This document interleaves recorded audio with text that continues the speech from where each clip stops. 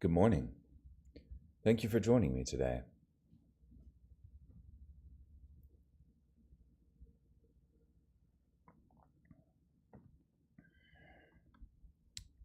This morning we'll be in Genesis chapter 28, verse 1 through chapter 29, verse 35.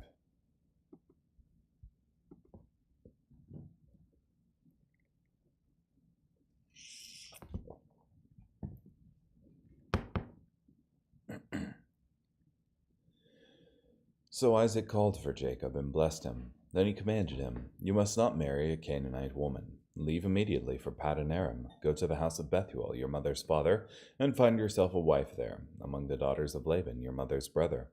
May the sovereign God bless you. May he make you fruitful and give you a multitude of descendants. Then you will become a large nation. May he give you and your descendants the blessing he gave to Abraham, so that you may possess the land God gave to Abraham, the land where you have been living as a temporary resident." So Isaac sent Jacob on his way, and he went to Paddan Aram, to Laban, son of Bethuel, the Aramean, and brother of Rebekah, the mother of Jacob and Esau. Esau saw that Isaac had blessed Jacob, and sent him off to Paddan Aram to find a wife there. As he blessed him, Isaac commanded him, "You must not marry a Canaanite woman." Jacob obeyed his father and mother and left to Paddan Aram. Then Esau realized that the Canaanite women were displeasing to his father Isaac. So Esau went to Ishmael and married Mahalath, the sister of Nebaioth, the daughter of Abraham's son Ishmael, along with the wives he already had. Meanwhile, Jacob left Beersheba and set out for Haran. He reached a certain place where he decided to camp because the sun had gone down. He took one of the stones and placed it near his head. Then he fell asleep in that place and had a dream. He saw a stairway erected on the earth with its top reaching to the heavens. The angels of God were going up and coming down it, and the Lord stood at its top. He said, "I am the Lord, the God of your grandfather Abraham, and the God of your father Isaac. I will give you and your descendants the ground you are lying on. Your descendants will be like the dust of the earth, and you will spread out to the west, east, north, and south. All the families of the earth will pronounce blessings on one another, using your name and that of your descendants. I am with you. I will protect you wherever you go, and will bring you back to this land. I will not leave you until I have done what I promised you." Then Jacob woke up and thought, "Surely the Lord is in this place," but I did not realize it. He was afraid and said, "What an awesome place this is! This is nothing else than the house of God. This is the gate of heaven." Early in the morning, Jacob took the stone he had placed near his head and set it up as a sacred stone. Then he poured oil on top of it. He called that place Bethel, although the former name of the town was Luz. Then Jacob made a vow, saying, "If God is with me and protects me on this journey I am taking, and gives me food to eat and clothing to wear, and I return safely to my father's home, then the Lord will become my God. Then the stone that I have set up as a sacred stone will be the house of God, and I will surely give you back a tenth of everything you give me." So Jacob moved on, and came to the land of the eastern people. He saw in the field a well with 3 flocks of sheep lying beside it, because the flocks were watered from that well. Now a large stone covered the mouth of the well. When all the flocks were gathered there, the shepherds would roll the stone off the mouth of the well and water the sheep. Then they would put the stone back in its place over the well's mouth. Jacob asked them, "My brothers, where are you from?" They replied, "We're from Haran." So he said to them, "Do you know Laban, the grandson of Nahor?" "We know him," they said. "Is he well?" Jacob asked. They replied, "He is well. Now look, here comes his daughter Rachel with the sheep." Then Jacob said, "Since it is still the middle of the day, it is not the time for the flocks to be gathered. You should water the sheep, and then go and let them graze some more." "We can't," they said, "until all the flocks are gathered and the stone is rolled off the mouth of the well. Then we water the sheep." While he was still speaking with them, Rachel arrived with her father's sheep, for she was tending them. When Jacob saw Rachel, the daughter of his uncle Laban, and the sheep of his uncle Laban, he went over and rolled the stone off the mouth of the well, and watered the sheep of his uncle Laban. Then Jacob kissed Rachel and began to weep loudly. Then Jacob explained to Rachel that he was a relative of her father and the son of Rebekah. She ran and told her father. When Laban heard this news about Jacob, his sister's son, he rushed out to meet him. He embraced him and kissed him and brought him to his house. Jacob told Laban how he was related to him. Then Laban said to him, "You are indeed my own flesh and blood." So Jacob stayed with him for a month. Then Laban said to Jacob, "Should you work for me for nothing because you are my relative? Tell me what your wages should be." Now Laban had 2 daughters. The older one was named Leah, and the younger one Rachel. Leah's eyes were tender, but Rachel had a lovely figure and beautiful appearance. Since Jacob had fallen in love with Rachel, he said, "I'll serve you 7 years in exchange for your younger daughter Rachel." Laban replied, "I'd rather give her to you than to another man. Stay with me." So Jacob worked for 7 years to acquire Rachel, but they seemed like only a few days to him because his love for her was so great. Finally Jacob said to Laban, "Give me my wife, for my time of service is up. I want to have marital relations with her."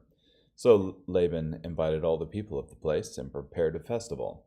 In the evening he brought his daughter Leah to Jacob, and Jacob had marital relations with her. Laban gave his female servant Zilpah to his daughter Leah to be her servant. In the morning Jacob discovered it was Leah. So Jacob said to Laban, "What in the world have you done to me? Didn't I work for you in exchange for Rachel? Why have you tricked me?" "It is not our custom here," Laban replied, "to give the younger daughter in marriage before the firstborn. Complete my older daughter's bridal week, then we will give you the younger one too, in exchange for 7 more years of work." Jacob did as Laban said. When Jacob completed Leah's bridal week, Laban gave him his daughter Rachel to be his wife. Laban gave his female servant Bilhah to his daughter Rachel to be her servant. Jacob had marital relations with Rachel as well. He loved Rachel more than Leah, so he worked for Laban for 7 more years.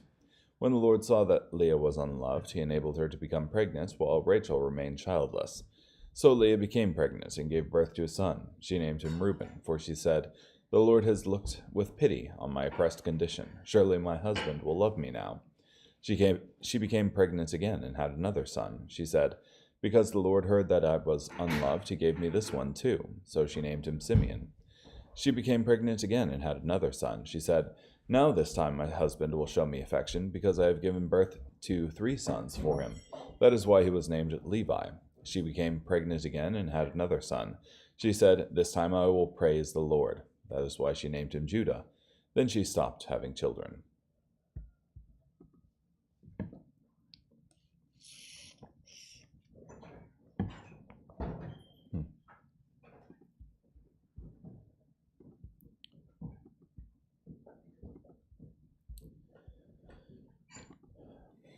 So you have Jacob sent away to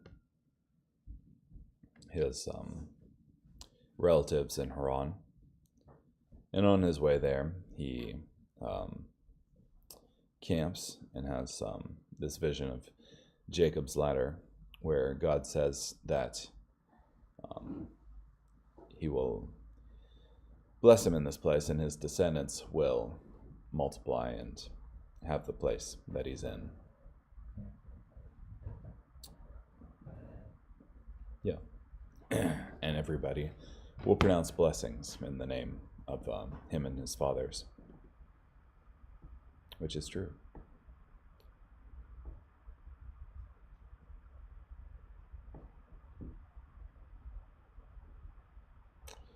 And then you have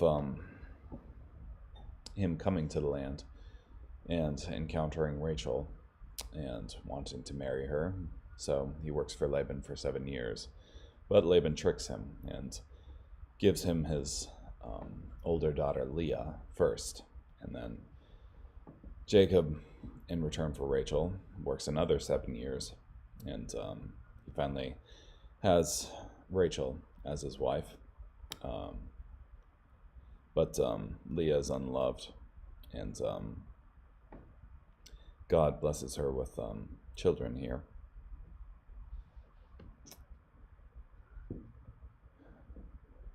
Yeah.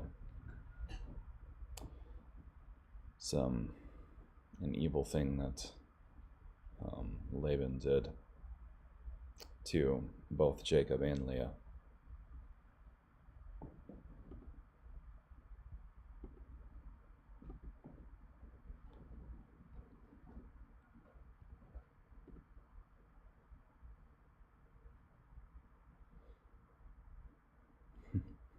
Also, I had never noticed before that when Jacob met Rachel, he kissed her and lifted up his voice and wept. So that must have been surprising for her, having this man come up to her and kiss her and start weeping loudly.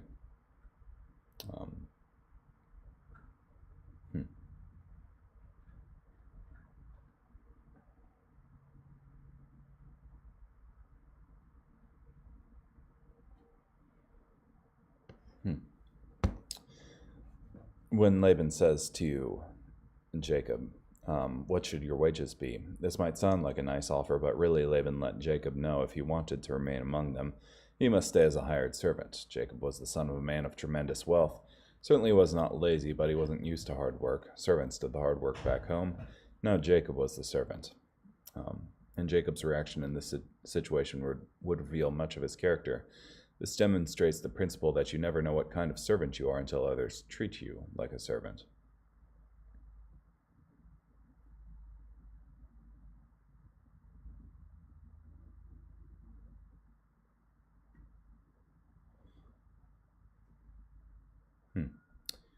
I will serve you for 7 years for Rachel, your younger daughter. The offer to work for 7 years was essentially a dowry.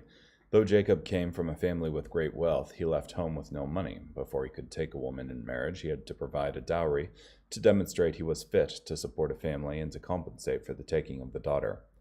7 years was a very generous offer, far above a normal dowry. Jacob didn't want to risk a refusal. When Laban saw how badly Jacob wanted Rachel, he knew he could take advantage of him.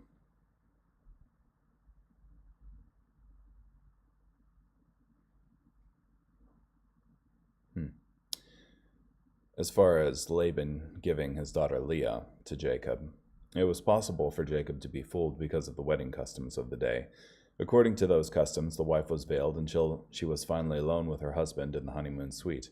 If it was dark by the time Jacob and his new bride were alone together, something Laban would not have difficulty arranging, it helps explain how Jacob was fooled.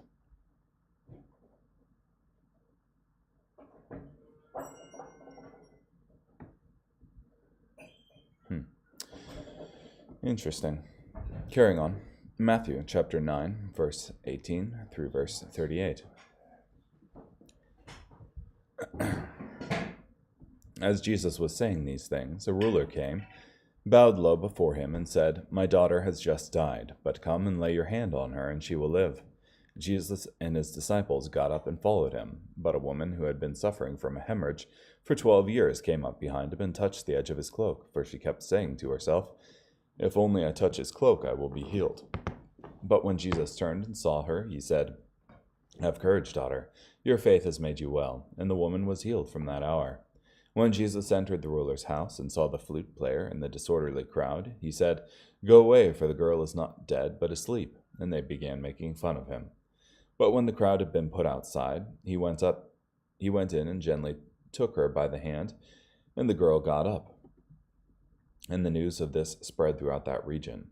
As Jesus went on from there, two blind men followed him, shouting, "Have mercy on us, Son of David." When he went into the house, the blind men came to him. Jesus said to them, "Do you believe that I am able to do this?" They said to him, "Yes, Lord." Then he touched their eyes, saying, "Let it be done for you according to your faith." Then their eyes were opened. Then Jesus sternly warned them, "See that no one knows about this." But they went out and spread the news about him throughout that entire region. As they were going away, a man who could not talk and was demon-possessed was brought to him. After the demon was cast out, the man who had been mute spoke.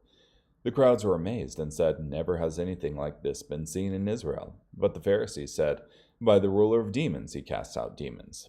Then Jesus went throughout all the towns and villages, teaching in their synagogues, preaching the good news of the kingdom, and healing every kind of disease and sickness. When he saw the crowds, he had compassion on them, because they were bewildered and helpless, like sheep without a shepherd. Then he said to his disciples, "The harvest is plentiful, but the workers are few. Therefore, ask the Lord of the harvest to send out workers into his harvest." Yeah, so more of Jesus' miraculous power of healing on display here as he brings back someone from the dead, heals somebody who had been suffering with a hemorrhage for 12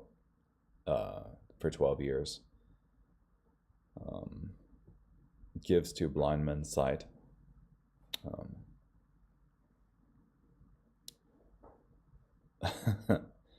cast out a demon who was making a man mute,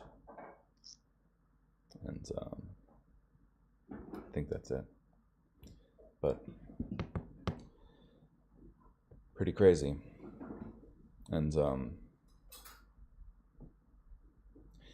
even if Matthew 9:34 was correct, that is, Jesus' is casting out demons because he's the ruler of demons, or he's soliciting help from the ruler of demons. It does nothing to explain being able to raise people from the dead and being able to heal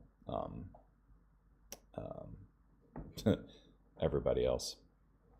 So theirs is an incomplete hypothesis at best, but it's utterly false.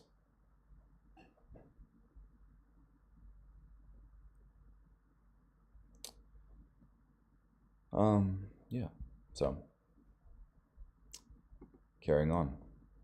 Psalm chapter 11, verses 1 through 7. In the Lord I have taken shelter. How can you say to me, flee to a mountain like a bird? For look, the wicked prepare their bows.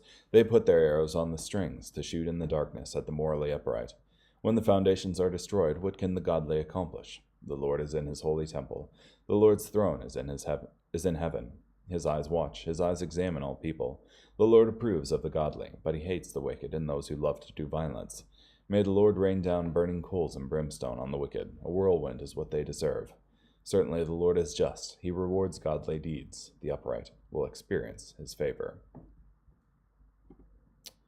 And finally, Proverbs chapter 3, verses 11 and 12. My child, do not despise discipline from the Lord, and do not loathe his rebuke. For the Lord disciplines those he loves, just as a father disciplines the son in whom he delights. Yeah.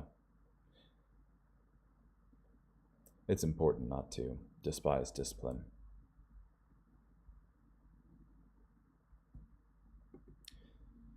Because discipline might be painful for a time, but in the end it yields fruit of better behavior. So, cool. Well, thank you for joining me today. Hope you have a great day. Bye.